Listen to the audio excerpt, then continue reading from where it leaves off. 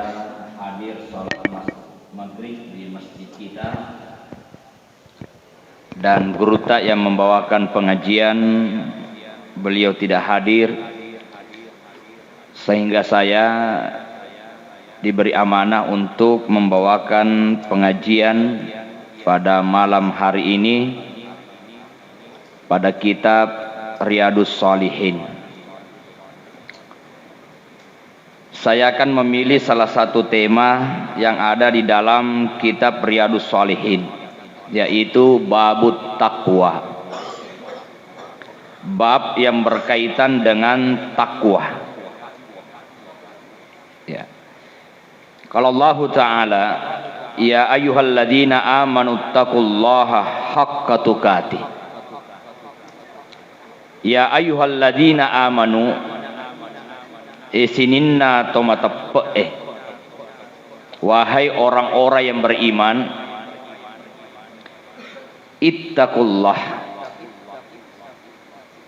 bertakwalah kepada Allah, wadi betuangi pada itoki ripung Allah Ta'ala haqqa tuqatih, dengan sebenar-benarnya takwa. Kalau saya tanya anak-anakku semua, sudah bertakwa apa belum? Saya tanya santri, sudah bertakwa apa belum? Hah? Sudah bertakwa apa belum? Santriwati, sudah bertakwa apa belum? Nah, penjelasan dari takwa itu, dijelaskan at-taqwa, yang dimaksud dengan takwa itu imtisalu awamirillahi ta'ala, melaksanakan perintah-perintah Allah.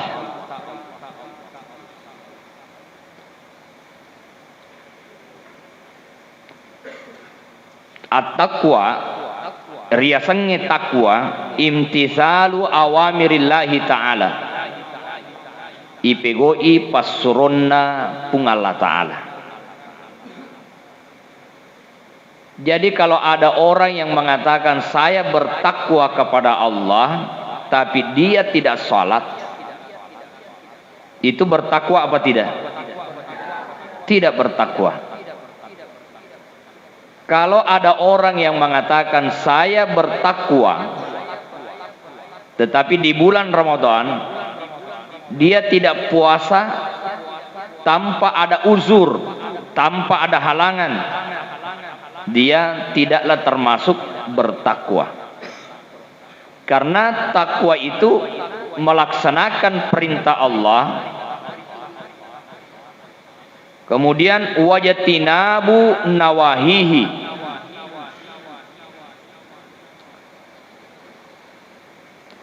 wajatinabu nawahihi hasbat taqah, wajatinabu nawahihi, dan meninggalkan larangan-larangannya. Nia nabelewi papisangkan napung Allah Ta'ala, itu yang dimaksud wajatinabu nawahihi.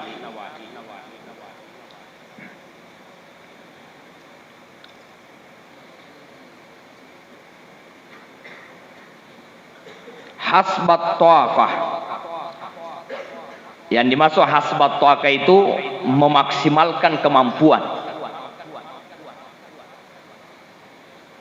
Jadi dia dikit makada boleh topiha ya hidayah pun Allah Ta'ala.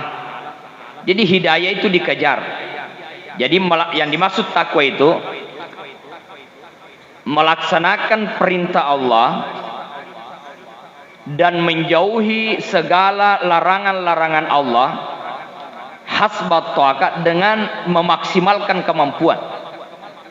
Betuan ada ya gang kulengi metoha mas sampajange, ya gang kulengi itu salewi sininna larangan-larangan napung Allah Ta'ala. Ya dulu saya membina di pondok pesantren Asadiyah. Itu satu asrama ada 48 santri. Bayangkan anak-anak seperti kalian, saya tinggal bersama anak-anak seperti kalian 48 orang, itu 6 kamar. Tugas saya selaku pembina jam 3:30-4 membangunkan santri. Nah, kamar pertama kasih bangun, alhamdulillah bangun. Kamar kedua kasih bangun, alhamdulillah bangun. Kamar ketiga dikasih bangun, bangun. Tapi kamar pertama tidur lagi. Begitukah kira-kira kalau di sini? Hah? Makanya dulu saya ada sapu itu. Ya kofurani utak dumana yero arwa kamara nang kamo pamatinro angka pak babba.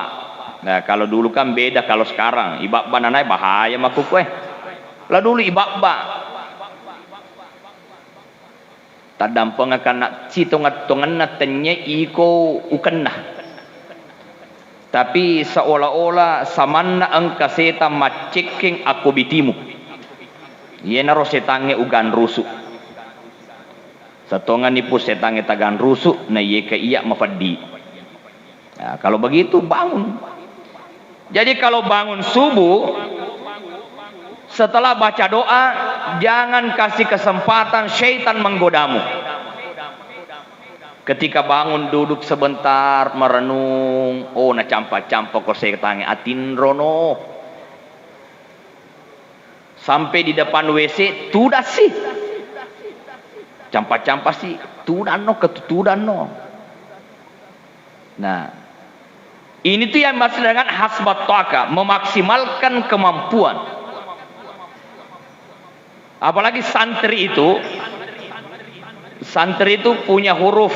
Ya kalau di bahasa Indonesia kan itu santri, hurufnya adalah sin, kemudian ta, kemudian sin, kemudian nun, kemudian ta, kemudian ro.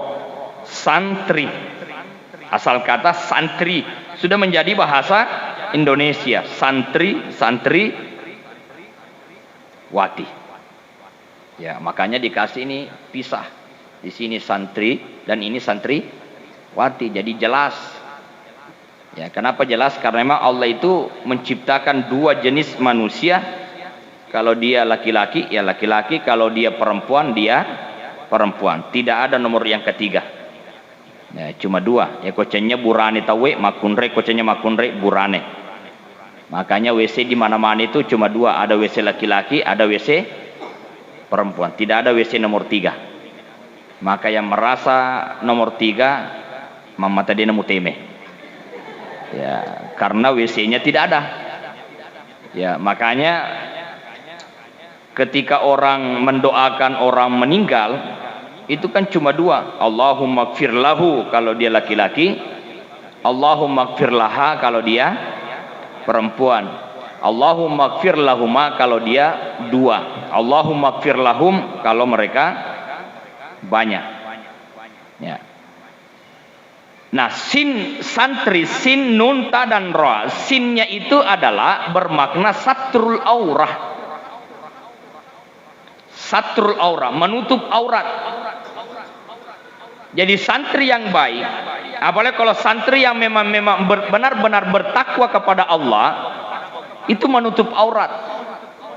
Nah, contoh, saya tanya anak-anakku ini, laki-laki ini, biasa tidur masuk ponco, nah, biasa, gang kafe ka ponco nah, sampai ya sena utuh atau di bawah lutut. Ya sekna utuh ya. Laki-laki itu aurat, batasan auratnya antara pusar dan lutut. Jadi anak-anakku para santri dari kecil harus dibiasakan untuk menutup aurat. kalian sekamar dengan laki-laki 4 orang 5 orang, biasakan di dalam kamarmu itu jangan perlihatkan aurat.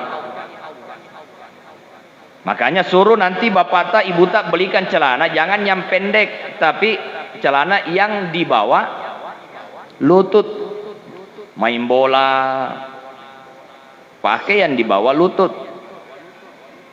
Sama dengan santriwati, biasakanlah diri ananda ketika keluar rumah itu tetap menutup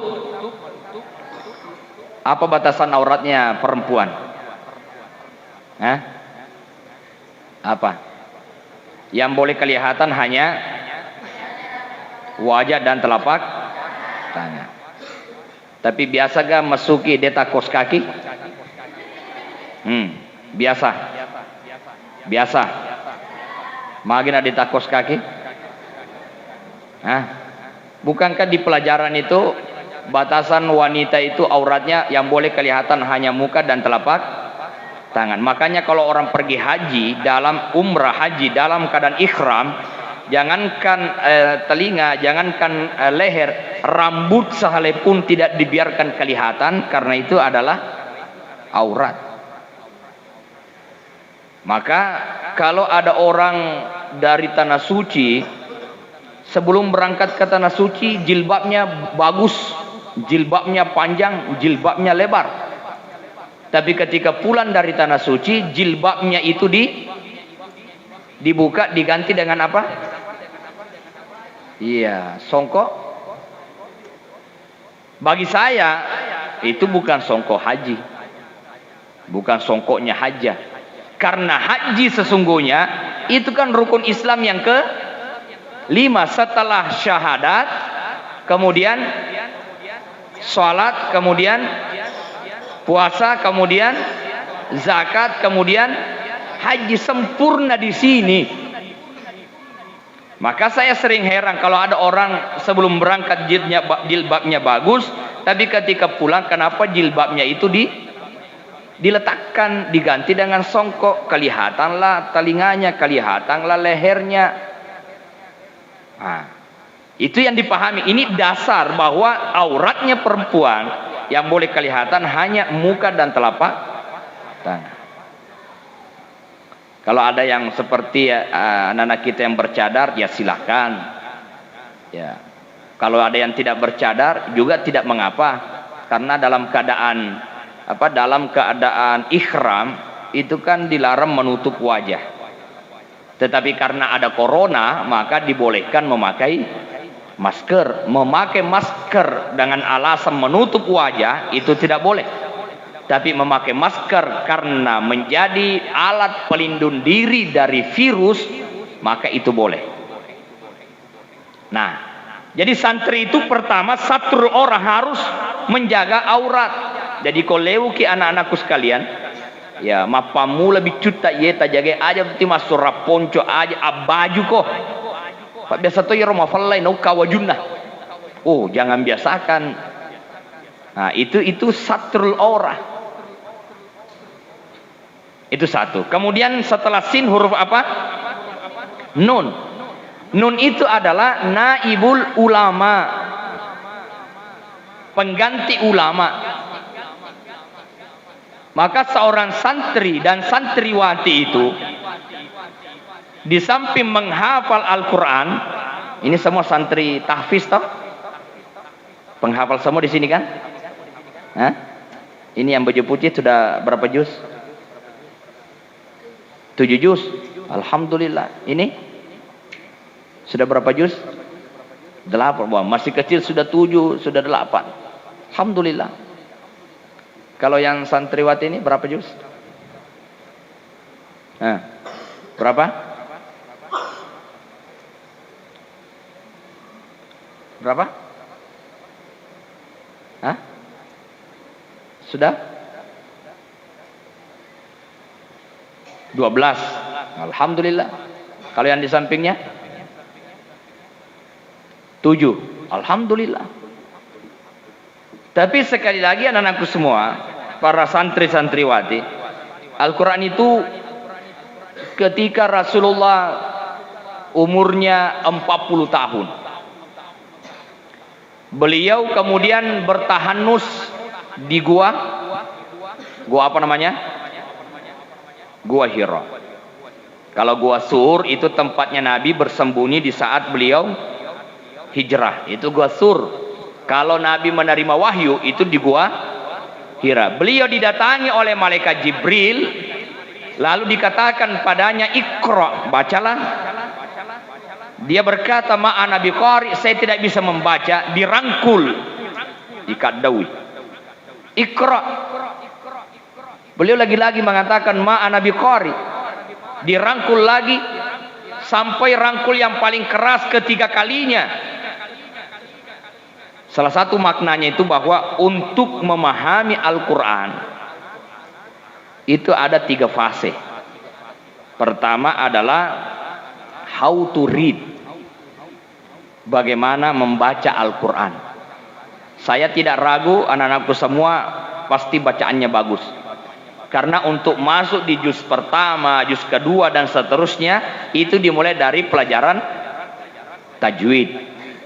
Betul apa tidak? Jadi sudah bagus bacaannya. Itu bagaimana membaca Al-Quran. Yang kedua adalah how to learn, bagaimana mempelajari. Nah, ini yang dimaksud tadi, huruf nun adalah naibul ulama. Setelah anak-anakku semua hafal 30 juz, lanjutkan sekolah. Ya. Yang SMP, yang sanawiyah lanjut aliyah, yang selesai di aliyah lanjut kuliah. Kalau perlu berangkat keluar mana? Keluar rumah. Ini kan sudah di luar rumah. Berangkat keluar negeri, berangkat ke Mesir, berangkat ke Madinah, berangkat ke Yaman, ke Maroko. Ya. Kalau saya katanya postas bukan ke Maroko, ke Merauke. Ya, itu Indonesia. Nah, ibu ulama, pengganti ulama harus belajar. Setelah mempelajari bacaannya, kemudian memahami Al-Quran, baru kemudian tahap yang ketiga adalah how to understand. Itu bagaimana mengamalkan. Jadi mempelajari, kemudian memahami dan mengamalkan.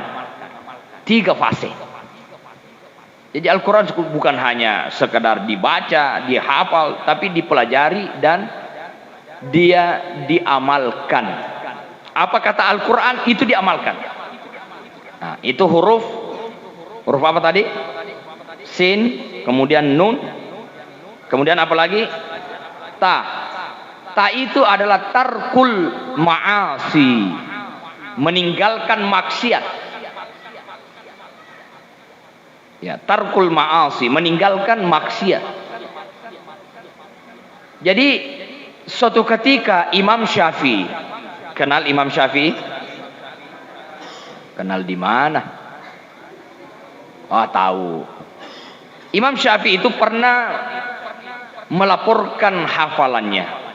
Ansu'i hifzi, itu melaporkan kejelekan hafalannya. Padahal beliau itu cerdas. Nah, ternyata gurunya yang bernama Waki kemudian berkata, salah satu penghambat ilmu itu adalah dosa. Al-ilmu nurun wa nurullahi la yahdi lil asi. Ilmu itu adalah cahaya. Jadi al-ilmu nurun. Ilmu itu adalah cahaya. Dan cahaya itu tidak Allah berikan kepada orang yang bermaksiat. Ya.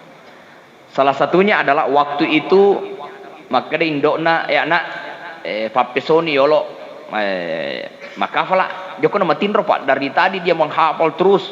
Ibunya mengatakan enak Joko nama tinro, dia istirahat na yolo. Dia berkata, "Oh cakak, lo kapat teruye." Coba bayangkan, hal yang baik yang dilakukan. Tetapi saat itu membantah ibunya. Inilah penyebab kenapa saat dia memperhadapkan hafalannya itu kemudian hilang. Jadi anak-anakku para santri, kalau kembali ke rumah, jadilah anak yang taat terhadap ibu bapaknya. Ya. Kolle subulana melu HP. Nah, makro cule tato? Makro gak? Makro cule mutu. Ya. Nah, di sini kan tidak boleh pakai HP toh? Dilarang pakai HP. Nah, setelah pulang ke rumah, tapa melo HP ko indo aleka HP mu indo loka macule loka mak game. Ye kodin yala HP, mageli, macai. Ite taku ma pondo, cinampa mo lo fake, yale cinampa melo sija, yale sija lo 2 jam. Karena memang itulah game itu terus ya, membuat kita ini, apalagi kalau ada anak yang menghafal Al-Quran di tangan kanannya, HP di tangan kirinya, denan alat tuah palak mutu. Wabillahi taufiq wal hidayah. Denul latutu. Makanya kalian punya waktu 3 tahun kalau bisa paling lama menghafal. Ya kalau 1 halaman 1 lembar 1 hari itu ukurannya 3 tahun bisa hatam. Pergunakan itu waktu yang maksimal. Untuk apa? Agar hafal itu tamat dalam jangka 3 tahun dan kalian bisa melanjutkan pendidikannya. Ya, al-ilmu nurun, ilmu itu adalah cahaya, dan cahaya tidak akan diberikan kecuali kepada orang yang bermaksiat. Ya, termasuk ada namanya suhbatul ustaz. Itu membangun ketundukan, ketawaduan terhadap gurunya. Itu. Nah, huruf yang keempat huruf apa? Ra. Ra itu adalah raufun bin nas, membangun akhlak yang baik. Raufun bin nas, dia baik terhadap sesamanya manusia. Itulah santri. Satu contoh kecil, anak-anakku para santri-santriwati, kalau libur di rumah, biasa tuh santri aku pondok rajin pameto ko guruna. Sisan nalle subolana bangi tawe joke magoli. Biasa ki magoli toh. Joke magoli. Joke ma PlayStation. Tunjukkanlah dirimu sebagai santri. Yang namanya santri cirinya bahkan sebelum azan dia sudah di masjid. Ya boleh kok ban ni tahu apa peso yero. Ini cirinya santri. Aja tosi makerti. Boleh bami pondok ban ni te magoli movi. Nah, itu namanya santri. Nah, kita kembali pada pembahasan kita. Jadi takwa itu adalah imtithalu awamirillahi wa jatinabu nawahihi. Melaksanakan perintah Allah dan menjauhi larangannya hasbat taqah. Itu dengan memaksimalkan kemampuan. Ipassa-passa patuna alewe ko subuh. Ya. Ipassa-passa ale apa iro setange dan apa ada menggoda. Tapi ipassa pa ale moto, ipassa pa ale mengaji, ipassa pa. Nah. Summa qala wa may yuti'illaha wa rasulahu faqad faza fawzan azima. Nah, kedepung Allah Ta'ala, siapa yang bertakwa kepada Allah dan Rasulnya, faqad faza fawzan azima. Nah, maka dia akan beruntung dengan keuntungan yang besar. Dari tuangke mata peripung Allah Ta'ala nania mata perisurona, dia akan mendapatkan keberuntungan yang besar. Wa qala ta'ala, maka ripung Allah Ta'ala,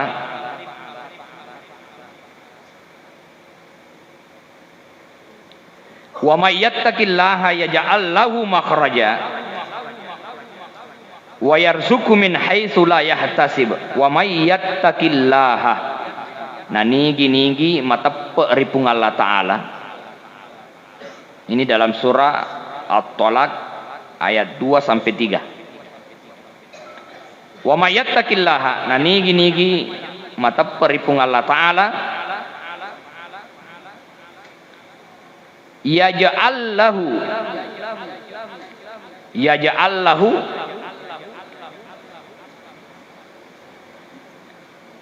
dijadikan baginya ya, yaj'al lahu makhraja, ipancajingangi ri alena lalam messu fole ri pape susah wa yarzuqu min haitsu la yahtasib nania ipakke daleki fole ri lalatan ri sanna-sanna nigi mata peripung Allah taala ipancajingan ri alena lalam messu fole ri pape susah nania ari pakai daleki pole rilalat tenri sana bahasa Indonesia nah ya wa may yattaqillaha siapa yang bertakwa kepada Allah dan siapa yang bertakwa kepada Allah yaj'allahu makhraja Allah jadikan baginya jalan keluar dari setiap persoalannya wa yarzuqu min haitsu la yahtasib dan diberikan rezeki dari jalan yang tidak disangka-sangka. Qala Ibnu Katsir ya. Ibnu Katsir berkata artinya wa may yattaqillaha fima amrahu bihi ya. Nigi to mata peripung Allah taala ri anuna perintangnya pung Allah taala Patar kemana hahu anhu nania nasalewi aga napisangkap pung Allah taala ya ja'allahu dijadikan baginya min amrihi makhraja ya pancajingan ngiri alena min amrihi makhraja dari urusannya itu jalan keluar. Jadi apapun urusan orang-orang yang bertakwa Allah itu selalu kasih jalan keluar. Nah saya kasih contoh ini orang bertakwa Rasulullah itu ketika hijrah itu ditemani oleh siapa? Siapa? Abu Bakar. Ketika Rasulullah dan Abu Bakar itu bersembunyi di dalam gua Sur. Orang-orang kafir mengikuti dari belakang. Nah, bagaimana cara Allah menjaga Rasulullah dan Abu Bakar yang ada di dalam gua?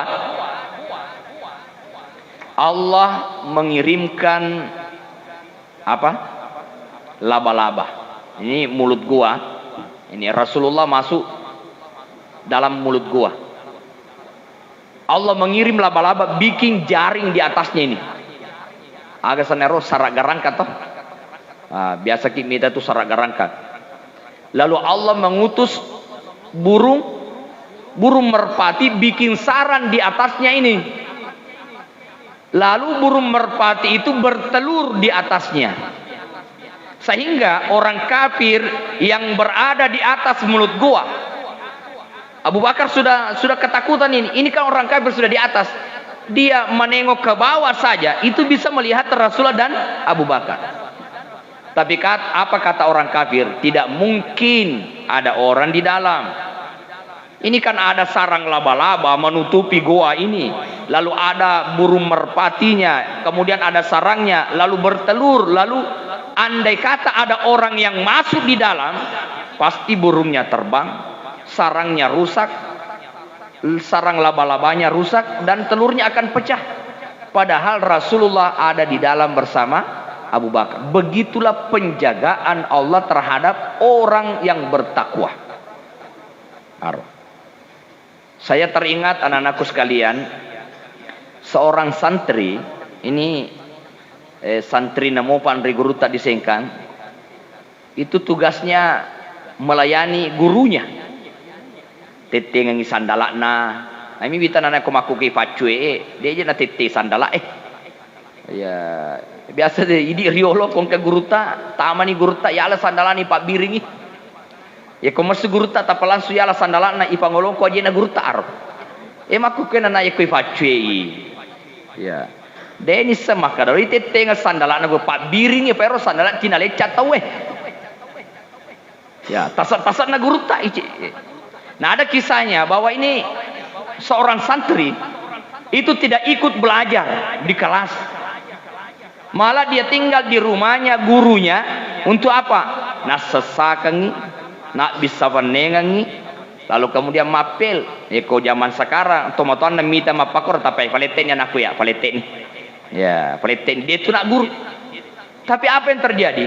Ternyata ketika dia kemudian ikut tes untuk kuliah di luar negeri, ternyata dialah yang paling pertama lulus dengan nilai tertinggi. Yenaroria senak baraka. Berkah itu dia besar walau tidak terlihat. Biasa tuh matuke, kita mi matuke anak-anakku sekalian. Hai, ya kowita tuh na bicu-bicu he. Ukalaca ya tuh, cocok nih mukalaca. Tapi engka baraka na lolonga berhasil dia. Wah si kalas kariola itu na, ya na turing kipacapura tapi manca di kafala nih makukun. Apa tahu maturu engka baraka na lolonga masih kola, iko maca ko. Na iya ke betako, na dia betul masih kola. Nah, jadi Allah memberikan perlindungan kepada hambanya yang beriman. Itu baru satu kisah dari Rasulullah. Nah, contoh lagi. Ketika Rasulullah akan hijrah, itu di rumahnya itu dikepung oleh siapa? Oleh Al-Gojo. Siapa yang mengganti Rasulullah tidur di tempat tidurnya? Ali bin Abi Thalib. Ali tahu saya terancam kalau mengganti Rasulullah. Bayangkan Rasulullah itu lolos apa tidak? Kenapa bisa lolos? Kenapa bisa lolos? Karena lolos. Ya. Kenapa bisa lolos? Itu Rasulullah mengambil pasir, lalu membaca waja'alna min baini aidihim saddan wa min khalfihim saddan fa'akshaynahum fahum la yubsirun. Tiupan pasir ini membuat mereka semua Al-Gojo tertidur. Siapa yang membuat mereka tertidur? Allah. Sampai ahli sejarah mengatakan binatang yang kecil pun nyaris tidak bisa lewat karena ketatnya penjagaan. Al-Gojonya Al-Gojo besar. Tapi Allah yang melindungi hambanya. Nah, contoh yang ketiga, kenal Nabi Ibrahim. Ya. Tega sih kok mundur kenalan. Ya tahu. Jadi Nabi Ibrahim itu dia tertuduh menghancurkan berhala. Makanya pembahasan kita dalam kitab Riyadhus Shalihin tentang takwa, sesungguhnya para nabi itu mengajarkan takwa agar orang-orang kembali kepada Allah. Sementara Namrud dengan para pengikutnya menyembah patung.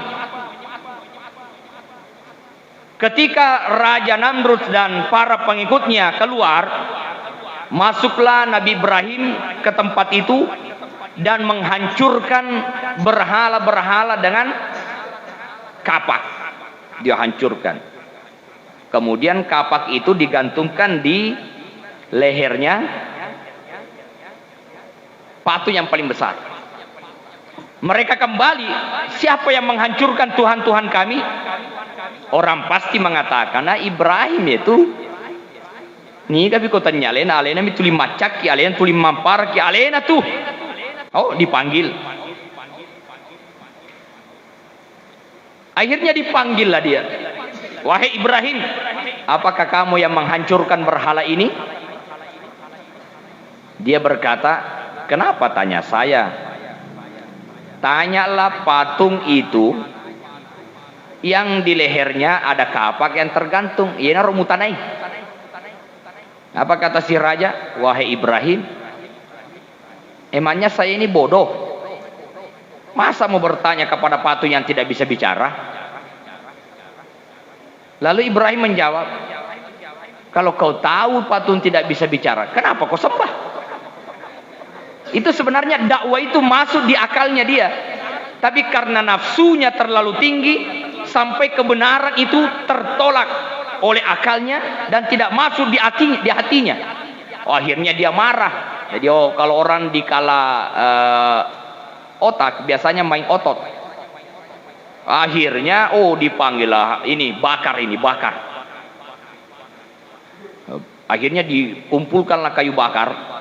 Begitu besarnya api sampai orang tidak bisa dekat mengangkat ini Ibrahim lalu melempar, tidak bisa dekat. Onrolopone rafi, begitu besar. Akhirnya dibikinkanlah katapel. Tahu katapel? Oh, katapel ternyata apa pau. Tapi katapel besar karena yang mau disimpan di situ Ibrahim, bukan batu-batu kecil. Ya, pada rioloro tim apa pau. Akhirnya ya apa ke lutur. Datang malaikat. Alakah hajatun minni ya Ibrahim? Apakah kamu butuh dengan saya wahai Ibrahim? Oh, famin kafala famin Allah fanam. Aku tidak butuh kamu. Yang saya butuhkan adalah Allah yang menciptakan kamu, yang menciptakan saya, dan yang menciptakan api itu. Ini namanya tauhid. Ini namanya takwa, menyerahkan hanya kepada Allah. Saya tidak butuhkan kamu malaikat, walau engkau yang diberikan diberikan kelebihan oleh Allah menurunkan hujan. Aku tidak butuh kamu. Yang saya butuhkan adalah Allah yang menciptakan saya, yang menciptakan kamu, dan yang menciptakan api itu. Lalu dia baca hasbiyallahu wa ni'mal wakil, ni'mal maula wa ni'man nasir. Allah berfirman, ya naru, wahai api, kuni bardan, jadilah dingin, wasalaman, dan selamatkan ala Ibrahim, terhadap Ibrahim. Jadi sebenarnya Ibrahim itu kedinginan di dalam api, bukan karena kulitnya yang tidak bisa dimakan oleh api, terbakar oleh api, bukan karena api yang tidak panas. Api itu panas. Siapa bilang tidak panas? Begitu panasnya orang tidak bisa mendekat. Tapi kenapa Ibrahim kedinginan? Karena Allah perintahkan api, kuni bardan ancaji ko mencekek wasalaman ala Ibrahim, nanya pas salama masa Ibrahim. Ahli tafsir mengatakan andai kata tidak ada kata wasalaman, bisa jadi Ibrahim meninggal dalam kedinginan. Begitulah Allah menjaga. Makanya jangan takut. Takut naik mobil, naik pesawat, naik apa. Allah itu yang punya urusan. Kita ini tugasnya keluar dari rumah baca bismillahi tawakkaltu alallahi wala haula wala quwata illa billah. Kalau pagi hari baca bismillahilladzi la yadurru ma'a ismihi syai'un fil ardi wala fis sama wa huwas samiul alim 3 kali di pagi hari, 3 kali di sore hari, kata Rasulullah, Allah hindarkan kita dari bahaya. Termasuk bapak ibu kalian ketika mengantarkan kalian ke pondok, mestinya orang tua baca astaudiukallah, aku serahkan engkau anakku kepada Allah. Nah, itulah penjagaan. Salah satu makna daripada ayat ini bahwa orang-orang yang bertakwa itu pasti akan diberikan jalan keluar dari setiap persoalan yang dihadapinya. Nah, maka intinya yang kita inginkan adalah senantiasa menjaga ketakwaan. Nah, kita baca satu hadisnya. An Ibnu Mas'udin radhiyallahu anhu anna Nabiyya sallallahu alaihi wasallam kana yaqul Allahumma inni as'alukal huda wat tuqa wal afafa wal ghina. Nah, ini sering kita baca setelah salat. Bahkan ini kita baca ketika berdoa, Allahumma inni as'alukal huda wat tuqa wal afafa wal ghina. Ini adalah doa memohon petunjuk kepada Allah, kemudian memohon agar diberikan ketakwaan, kemudian wal afafa wal ghina, diberikan ampunan dan diberikan kekayaan. Dan ini adalah doa, ternyata Rasulullah juga sering membaca doa ini. Ya.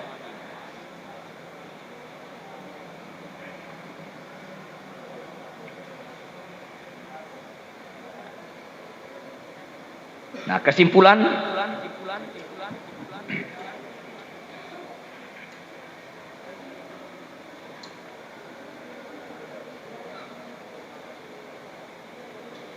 dari doa tadi, Allahumma inni as'alukal huda. Nah, apa yang dimaksud dengan al-huda? Ar-rasyad. Itu adalah petunjuk. Ya.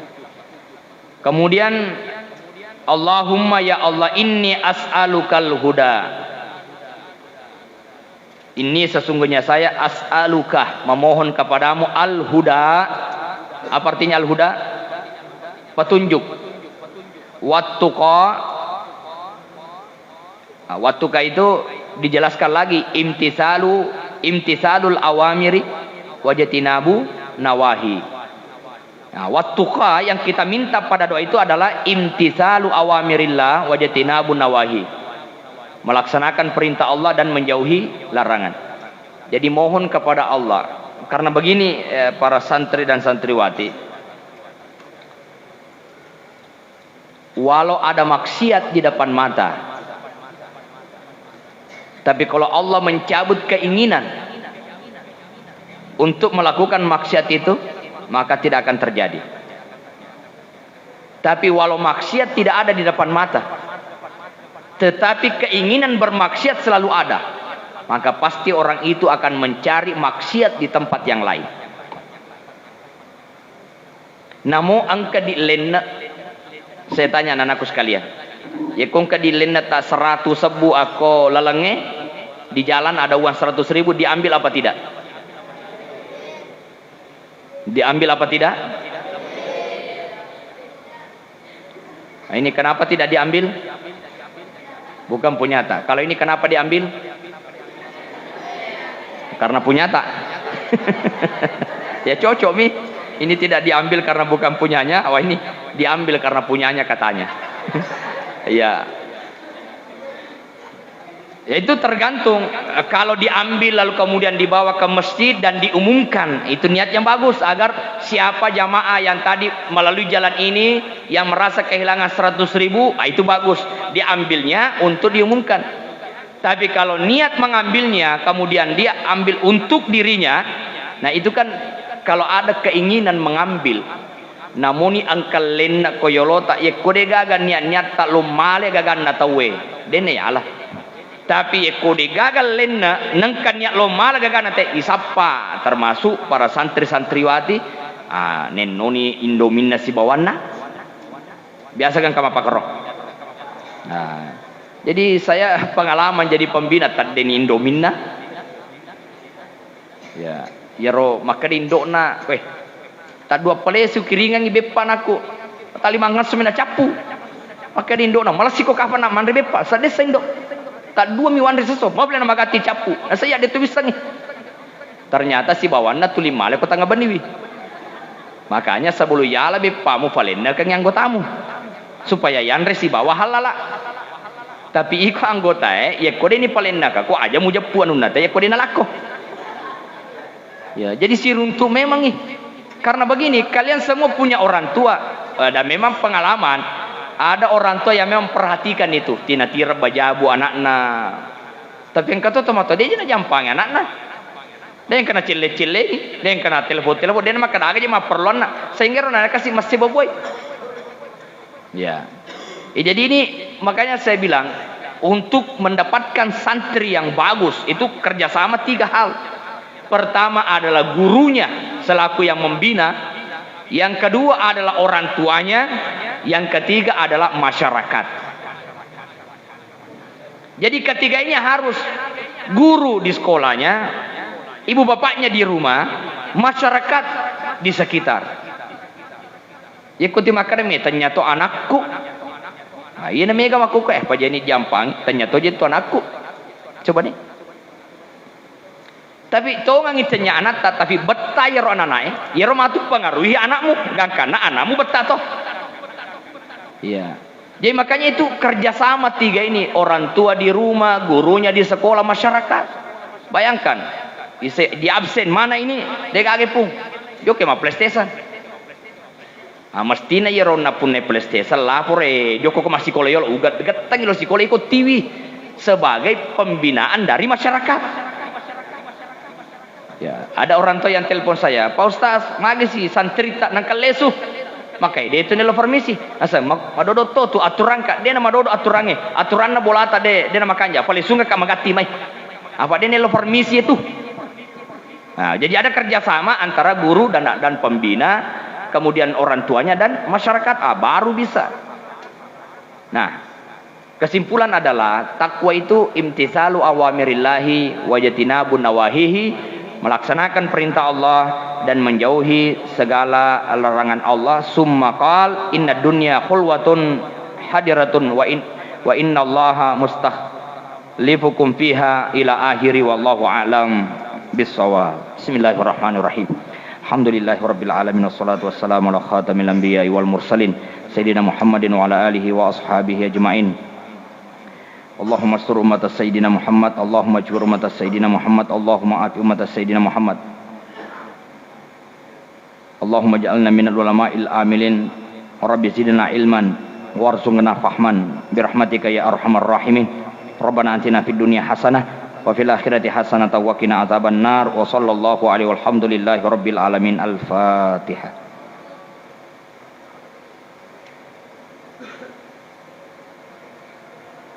Assalamualaikum warahmatullahi wabarakatuh.